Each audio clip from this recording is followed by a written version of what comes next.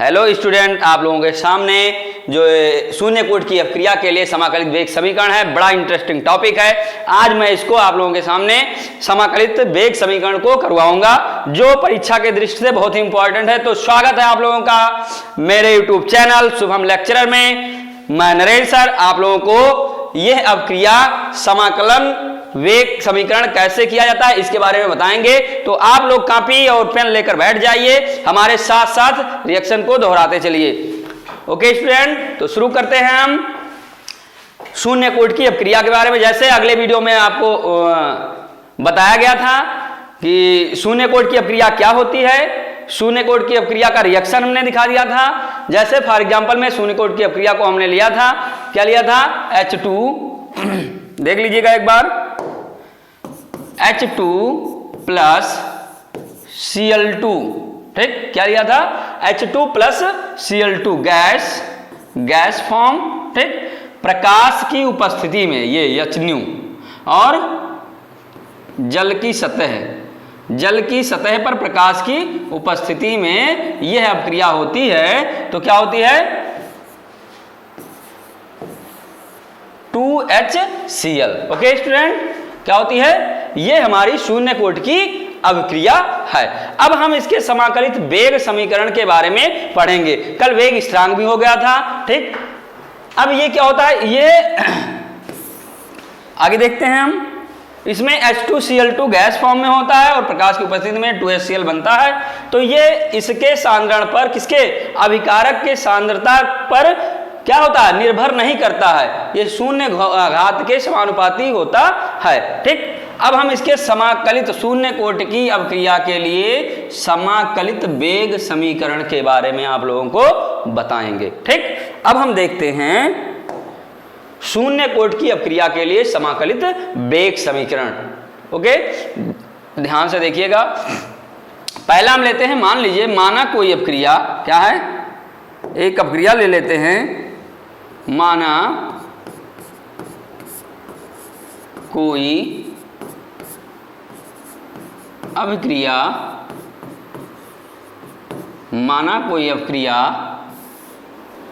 लेते हैं एक अपक्रिया हमने लिया, ये, ठीक, हमने एक अपक्रिया ले लिया, अभिकारक ये है और जो बनता है हमारा प्रोडक्ट्स बनता है, ठीक। अब क्या होता है, हमने एक अपक्रिया ले लिया तो ए प्रोडक्ट्स में, ठीक, क्या है, माना कोई अपक्रिया, ये प्रोडक्ट्स में ए बराबर ये अभिकारक की सांद्रता, ये अभिकारक की सांद्रता, ये अभिकारक की सांद्रता A0, क्यों, क्योंकि ये शून्य कोटि की अपक्रिया, यहां लिख लीजिए, शून्य कोटि की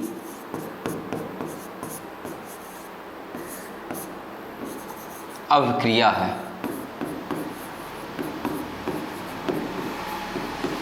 शून्य कोटि की अपक्रिया है, ठीक। क्या है, ये शून्य कोटि की अपक्रिया है, ये अभिकारक की सांद्रता A0 शून्य कोटि की अपक्रिया है, ठीक। क्या है, ये कोटि की अभिकारक की सांद्रता A0 है। T समय पश्चात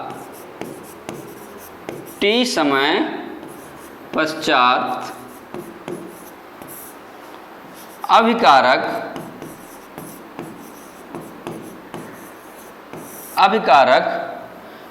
A की सांद्रता, अभिकारक A की सांद्रता A0 हो जाती है, सॉरी, क्या हो जाती है, T समय पश्चात अभिकारक A की सांद्रता A हो जाती है, ठीक, हो जाती है, सांद्रता A हो जाती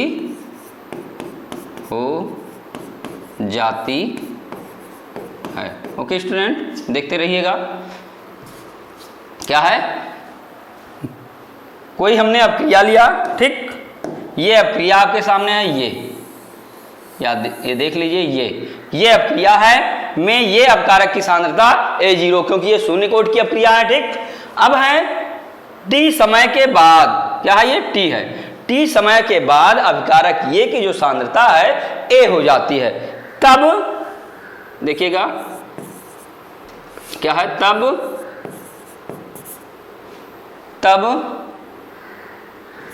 प्रायोगिक अपक्रिया वेग नियम दर, तब प्रायोगिक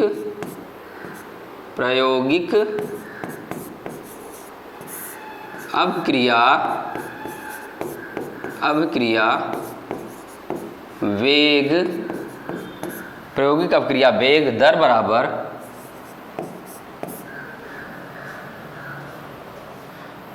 वेग दर माइनस DA, ठीक, माइनस DA अपान DT, ठीक, पर अभिकारक की सांद्रता, अभिकारक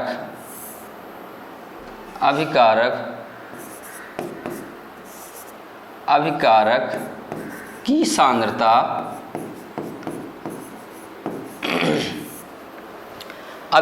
सांद्रता A0, ठीक, अभिकारक की सांद्रता A0 के शून्य घात के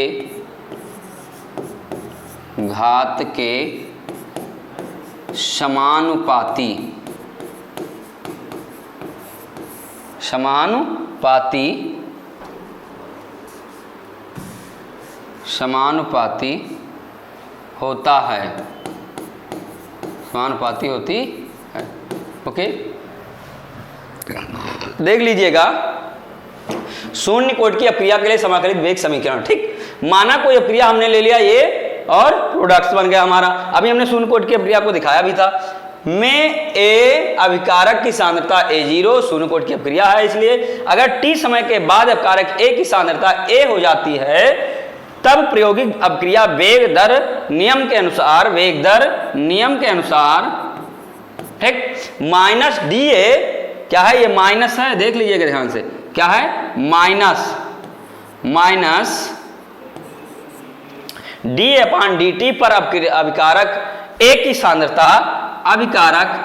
की सांद्रता A0 के शून्य घात A0 अभिकारक A की सांद्रता के शून्य घात के समानुपाती होता है। ठीक है, के शून्य घात के समानुपाती होता है। ठीक, अब आप इसको यहां लिखिए या ना लिखिए कोई दिक्कत नहीं है, लिख देते हैं तो ठीक है, नहीं लिखते हैं तो ठीक है, क्योंकि ये 0 के समानुपाती होती है। अब क्या हो गया देखिएगा ध्यान से, तो हो जाएगा dx, क्या हो जाएगा dx dA अपान dt माइनस DA अपान DT समानुपाती A0। ये हो गया हमारा, क्या हो गया DA अपान DT समानुपाती A0। यही अब तक के क्रिया में बताया गया है। अब हम इसके आगे चलते हैं, जल्दी से इसका स्क्रीनशॉट ले लीजिए, देख लीजिए एक बार। चलिए, हो गया।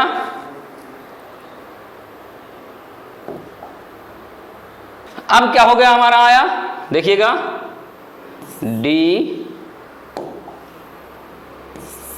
DA अपान DT माइनस DA अपान DT समानुपाती A0। ठीक, अब देखिएगा चाहे आप यहाँ लगाइए यहाँ लगाइए उससे दिक्कत नहीं है, आपको केवल दर्शाना है कि ये घात समानुपाती के 0 होता है, शून्य घात के समानुपाती के 0 होता है, इसलिए आप इसको यहाँ भी लगा सकते हैं, यही लगाइए, कोई दिक्कत नहीं।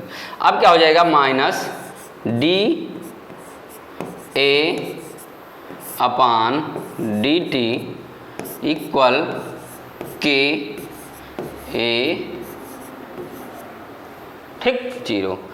अब क्या है, ये शून्य कोटि की अपक्रिया है, इसलिए इसका मान क्या हो जाएगा 1 हो जाएगा, तो ये हो जाएगा माइनस DA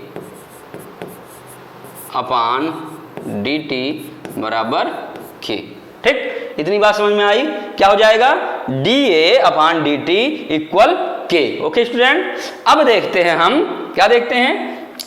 अब ये जीरो क्यों गायब हो गया, जो प्राथमिक ये जीरो लगा है तो इसका मान क्या हो जाएगा, एक हो जाएगा, इसलिए k इंटू 1 इक्वल 1 हो जाएगा। ओके स्टूडेंट, आगे देखते हैं।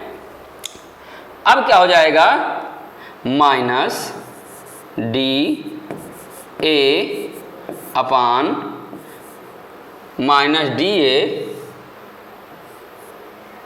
माइनस डी ए इक्वल के डी टी, ये हो गया हमारा। ठीक, क्या किया हमने क्या किया, इस नीचे वाले डी टी को इससे मल्टीप्लाई कर दिया। अब क्या हो जाएगा, अब यहां लिख दीजिए D A equal D T, इसको समीकरण 1 मान लीजिए। ठीक हो गया ये। अब लिखिए यहां समीकरण 1 का समाकलन करने पर, समाकलित वेग समीकरण है तो समाकलन करने पर, ओके, समाकलन करने पर एक लिमिट हो जाता है, समाकलन करने का मतलब एक लिमिट हो जाएगा। ठीक है, अब देखते हैं जब समाकलन करेंगे प्रथम समीकरण का, तो हो जाएगा ये डी ए, ठीक, क्या हो जाएगा,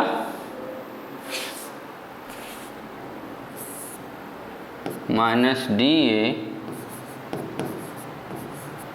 ठीक, माइनस डी ए इक्वल के डी टी, ये हो गया। ठीक, अब क्या हो जाएगा, माइनस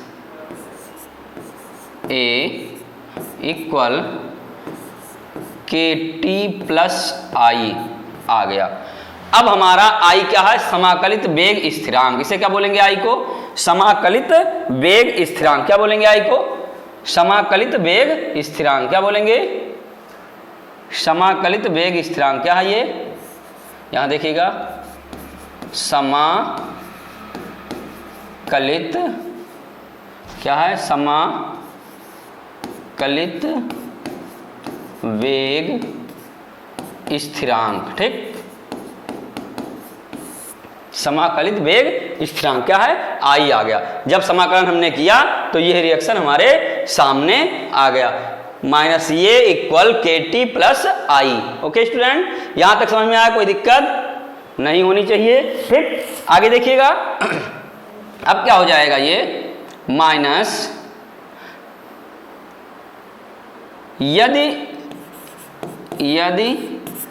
ठीक, यदि t बराबर 0 तथा t बराबर 0 तथा क्या हो जाएगा, t बराबर 0 तथा a का सांद्रण a से क्या हो जाता है, a 0 हो जाता है, क्या हो जाता है, a 0 हो जाता है सांद्रण। ठीक, तो अब क्या हो जाएगा, इसका मान इसमें रख दीजिए। ठीक, t बराबर 0 पर सांद्रण और a से a 0 हो जा रहा है। ठीक, अब देखिएगा यहां रख दीजिए माइनस, इसको समीकरण 2 मान लीजिए, ये इसको क्या मान लीजिए, समीकरण 2 मान लीजिए। तो माइनस a 0 क्या हो जाएगा, माइनस a 0 इक्वल के इंटू टी का मान कितना है, 0 प्लस आई, ये। ठीक, तो क्या हो जाएगा, माइनस a 0 इक्वल क्या हो जाएगा, ये 0 हो जाएगा तो बराबर आई, इसे मान लीजिए समीकरण नंबर 3। ठीक, क्या मान लेंगे, समीकरण नंबर 3। अब माइनस ये, अब ये भी हम कह सकते हैं कि क्या हो जाएगा, आई का जो मान है वो कितना आया, माइनस 0 आ गया। अब इस आई के मान को यहां रख देते हैं, कहां रख देते हैं, इस आई के मान को यहां रख देते हैं। किस समीकरण में? समीकरण 2 में आई का मान रखने पर। ओके, स्क्रीनशॉट ले लीजिए। हो गया? चलिए देखते हैं अब आगे। इतना समझ में आया? मिटा रहे हैं इसको। ठीक, क्या हो जाएगा? क्या आया था हमारा? माइनस ए 0 इक्वल आई, ये आ गया था। और इस मान को समीकरण किस में रखने पर? 2 में रखने पर। तो क्या समीकरण था? माइनस, समीकरण क्या था? माइनस ए इक्वल के टी प्लस आई, यही तो था। इसमें रखने पर तो माइनस ए बराबर के टी प्लस ए 0, हमने इसका मान यहाँ रख दिया। अब क्या हो जाएगा? के टी बराबर ए 0, के टी बराबर ए 0 माइनस ए। ठीक, ये हो जाएगा के टी बराबर, और के बराबर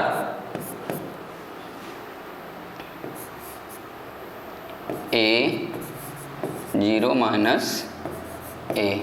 ठीक, ये हो जाएगा। और ये टी इधर आएगा तो हाफ में हो जाएगा, ये 1/t। ठीक, क्या हो जाएगा? 1/t। और यही हमारा समाकलित वेग स्थिरांक है। क्या है? यही हमारा समाकलित वेग स्थिरांक है।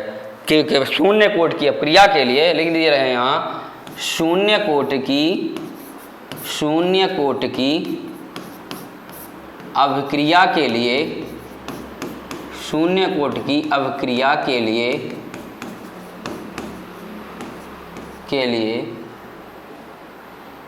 समाकलित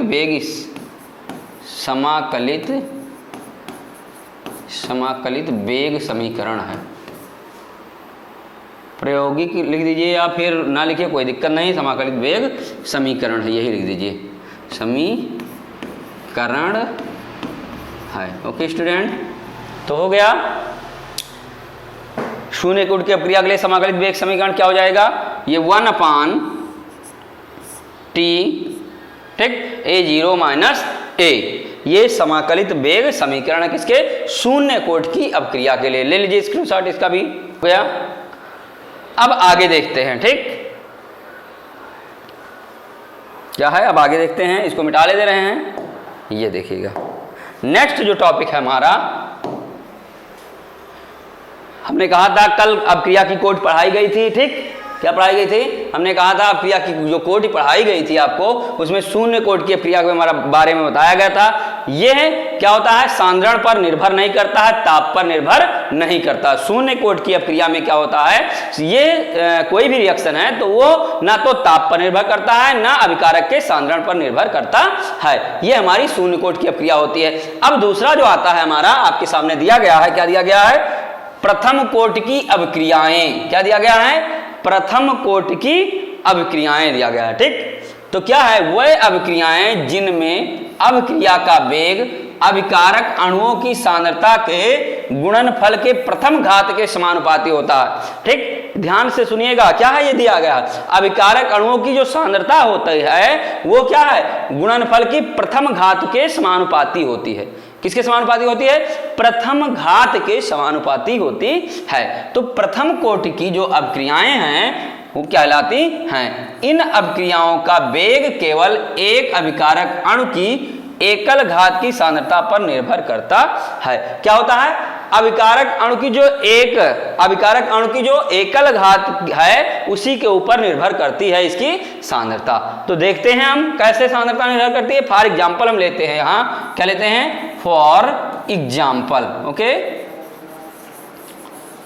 फॉर एग्जाम्पल हम लेते हैं यदि, तो क्या हो जाएगा फॉर एग्जाम्पल में?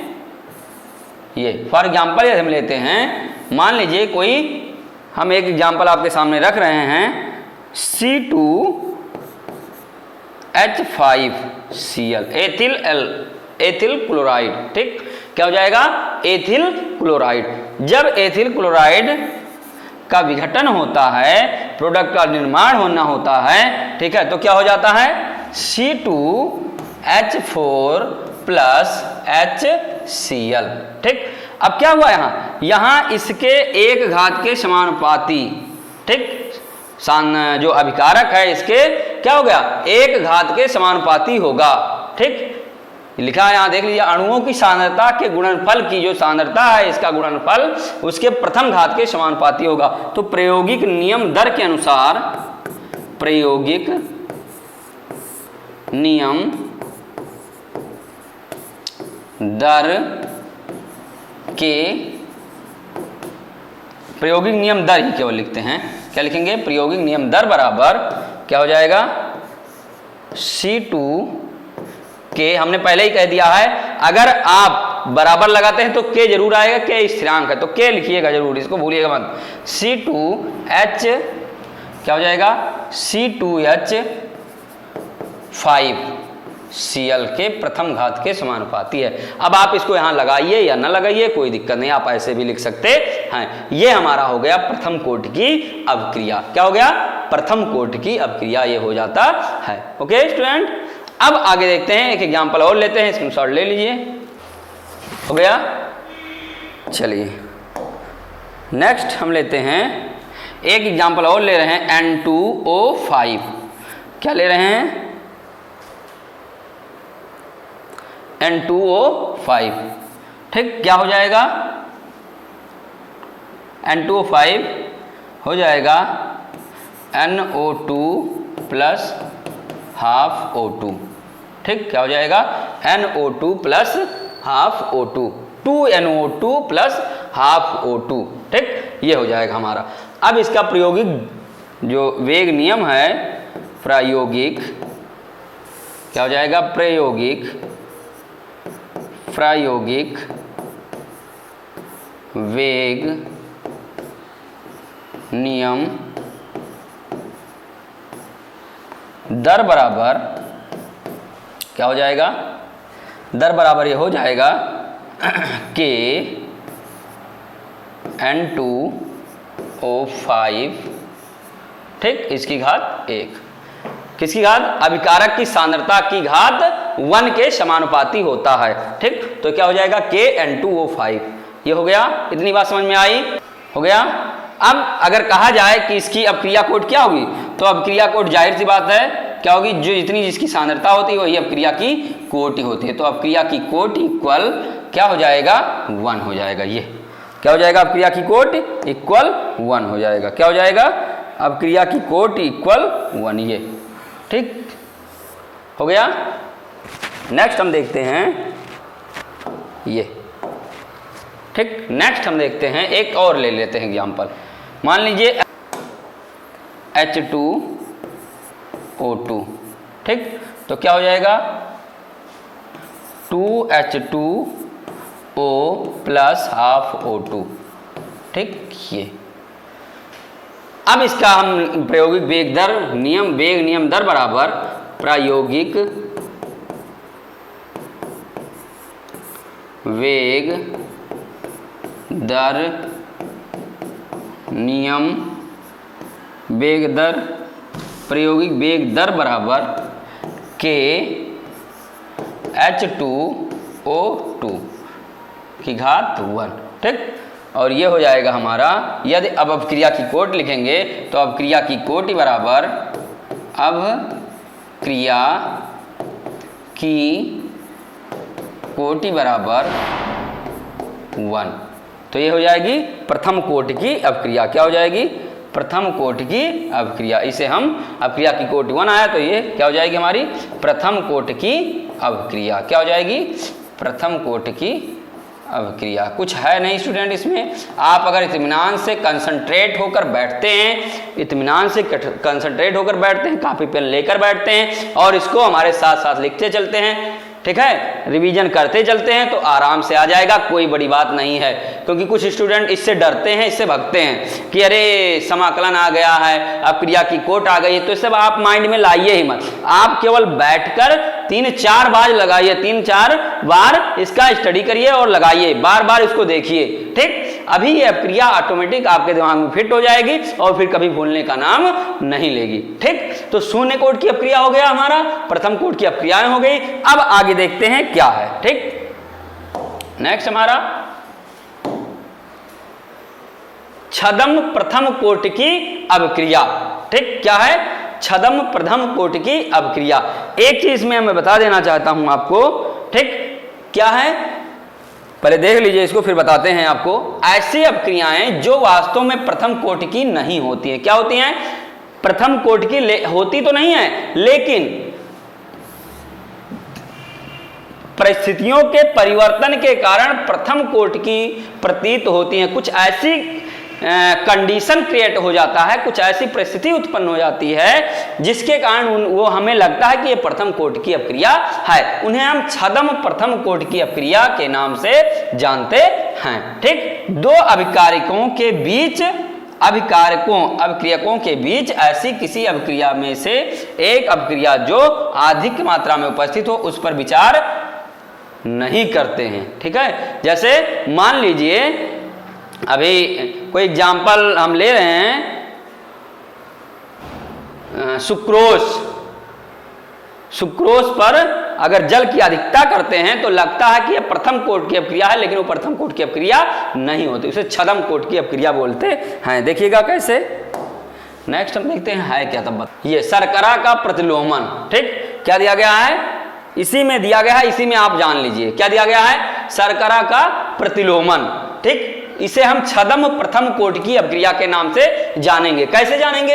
हमने क्या कहा है कि कुछ ऐसे होते हैं जो लगेगा कि क्या है, प्रथम कोट की अपक्रिया है, लेकिन वो प्रथम कोट की अपक्रिया नहीं होती है। ठीक, अब जब प्रथम कोट की अपक्रिया नहीं होती है तो कोई अपक्रिया तो होगी है, तो जो अधिक मात्रा में होता है उससे कोई मतलब नहीं रखते हैं हम, और हम उसे क्या बोल लेते हैं, ये छदम प्रथम कोट की अपक्रिया होती है। मतलब ऐसा प्रतीत होती है कि प्रथम कोट की है पर होती नहीं है। ठीक, अब क्या है, हमने क्या लिया, C12 चीनी ले लिया है, सुक्रोज या चीनी आप बोल दीजिए। हमने चीनी लिया C12H22O11 प्लस H2O। H2O जो है वो अधिक्य में होगा, आधिक्य लिख दीजिए, आधिक्य।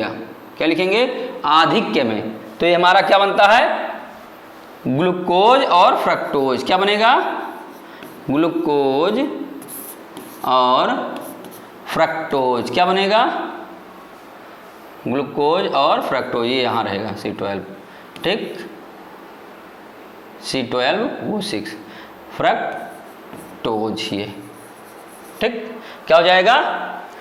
C12H22O11 H2O। अधिक में जब होता है तो हमारा ग्लूकोज और फ्रक्टोज बनता है। इसे हम छदम प्रथम कोट की अपक्रिया के नाम से जानते हैं। क्या जानते हैं? छदम प्रथम कोट की अपक्रिया। किसके नाम से? प्रथम कोट की अपक्रिया।